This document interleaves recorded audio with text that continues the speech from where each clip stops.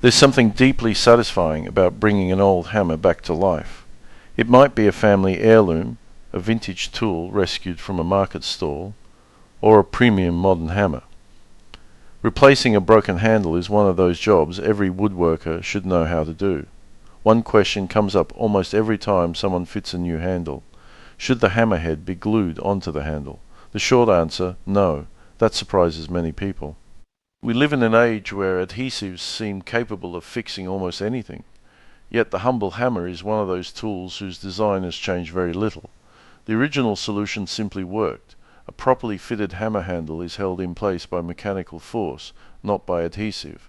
Most quality hammerheads have a slightly tapered eye. The replacement handle is shaped to match that taper. In many cases, the head will slide onto the handle with very little resistance before the wedge is installed. If you are replacing a handle for the first time, that can feel wrong. But that is often exactly how the joint is meant to work. Once the head is seated firmly against the shoulder of the handle, a wooden wedge is driven into the kerf at the top. As the wedge goes in, it forces the wood to expand outward. The wood presses tightly against the inside walls of the eye. That expansion locks the head firmly in place. The strength comes from compressed wood bearing against steel, not from glue. Before any of this works properly, the handle itself has to be right. Grain direction is critical. A hammer handle should have long, straight grain running from end to end. There should be as little grain run out as possible. The fibers should follow the full length of the handle. That allows the wood to absorb shock without snapping.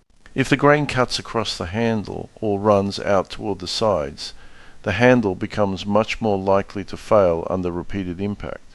If everything is fitted correctly, the head should become completely immovable once the wedge is driven home. If it still moves, no glue will turn a poor fit into a safe one. Glue only hides the problem. It does not solve it. That is why experienced tool makers and repairers usually avoid glue altogether.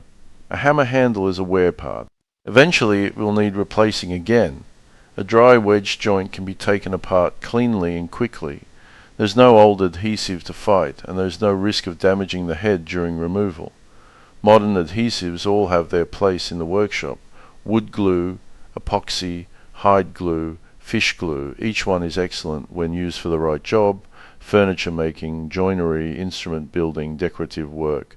All of these benefit from adhesives. A hammer is different. It is subjected to repeated impact, constant vibration, and sudden shock loading. The joint is not resisting a slow pull or a static load. It is surviving repeated blows. That is exactly what the wedged mechanical system was designed to do. Epoxy bonds wood and steel extremely well. In some decorative or non-structural situations, it can be useful.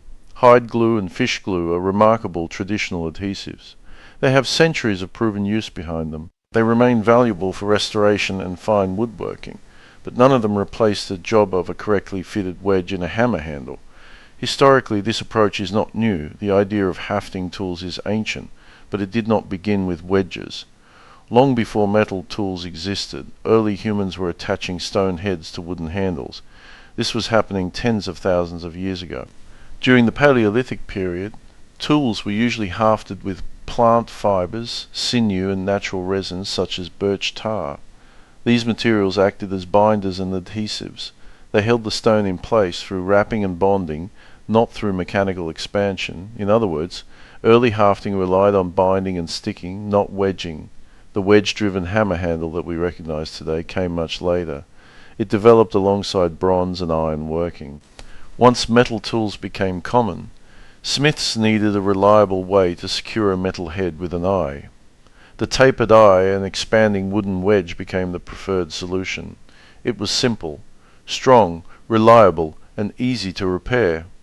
The system worked so well that it has changed very little over thousands of years. By the time we reach the blacksmithing traditions of Europe and many other parts of the world, the pattern is consistent. The head is fitted onto the handle.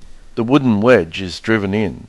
Sometimes a second metal wedge is added to increase the expansion.